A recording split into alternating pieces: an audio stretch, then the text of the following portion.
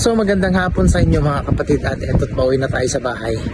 Okay, nakalabas na tayo ng building sa trabaho natin. So eto, naglalakad ako ngayon.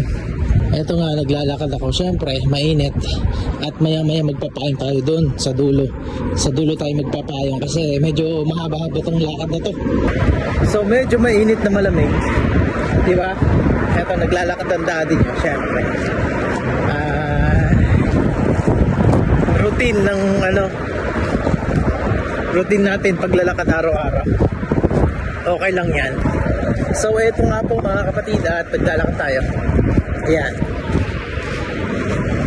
lakad lang tayo. Ano lang naman to, malapit lang naman kung tutusin. Okay, talagang matyaga sa paglalakad, kayang-kaya. Okay, hindi mo kailangan gumasto ng taxi.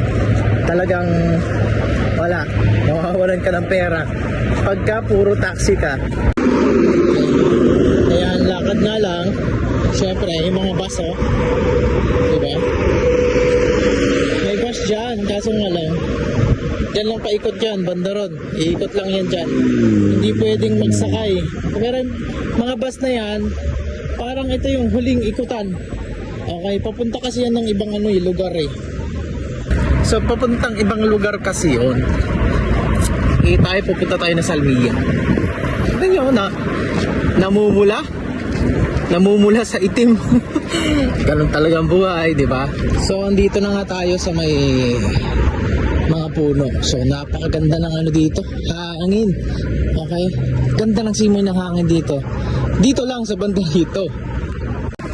Yan, pero pag nandun ka sa dyan na sa may lagpas na ito, grabe yung init. So maraming naglalakad, napakaraming naglalakad. May mga ibang lahi din, walang payong.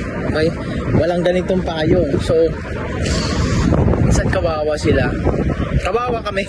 Kawawa tayo naglalakad, diba? So tis-tis lang. Alam nyo naman, hindi naman tayo permanente dito sa bansang kinaroroonan natin.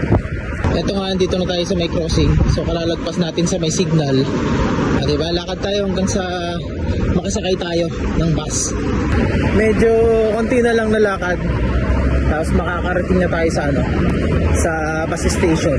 Napakaganda ng view dito, diba? Para ka nasa Pilipinas lang. So andito na nga tayo sa may mall. So pahangin tayo. Grabe, pahangin tayo dito. Malamig naman dito sa labas. Ang problema, mas maganda sa loob. Okay. Grabe naman tong building na to, napakataas mo. Ayun ngayon, wala pang bus. So andyan na yung bus. Tayo sasakay.